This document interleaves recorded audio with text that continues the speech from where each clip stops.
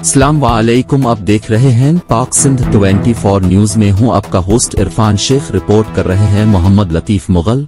Islamabad high court ने इमरान खान और शाह महमूद कुरैशी को साइफर केस से बरी करते हुए ट्रायल कोर्ट के फैसले के खिलाफ अपीलें मंजूर कर लें। हाई कोर्ट में साइफर केस में बानी पीटीआई और शाह महमूद कुरैशी की अपीलों पर समाअत हुई, जिसमें समाअत के बाद अदालत ने इमरान खान और शाह महमूद कुरैशी की सजाओं को कालअदम करार देते हुए उन्हें केस से बरी कर दिया। साइफर केस, बानी पीटीआई और शाह महमूद कुरैशी की अपील पर मुख्तसर फैसला जारी। इस्लामाबाद हाई कोर्ट ने साइफर केस के हवाले से मुख्तसर तहरीरी फैसला जारी कर दिया, जिसमें 30 जनवरी के ट्रायल कोर्ट के फैसले को कालअदम करार दिया गया है। तहरीरी फैसले में अदालत ने लिखा कि तफसीली वजूहात बाद में जारी की जाएंगी।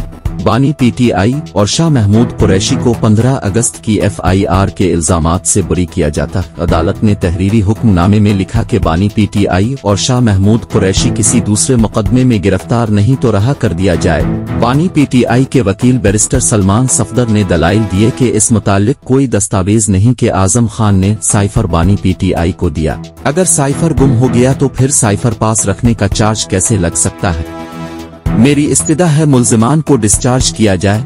अदालत में किसी मखसूस मुद्दा नहीं बताया गया जिसके साथ ताल्लुकात खराब हुए। चीफ जस्टिस ने कहा कि गुज़िश्ता समाअत पर प्रोसिक्यूशन की जानिब से कहा गया था कि केस को ट्रायल कोर्ट वापस भेज दें, इसमें खामियां हैं। सलमान सफदर ने जवाब दिया कि हमें इस केस में 3 माह हो गए हैं, हम बहुत आगे निकल गए हैं।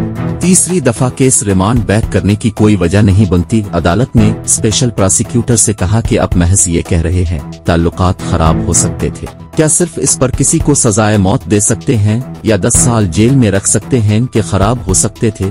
कानून की मंशा ये नहीं।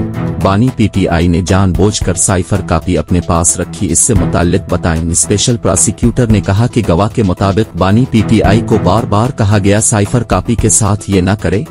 342 के बयान में बानी पीटीआई खुद मान रहे हैं।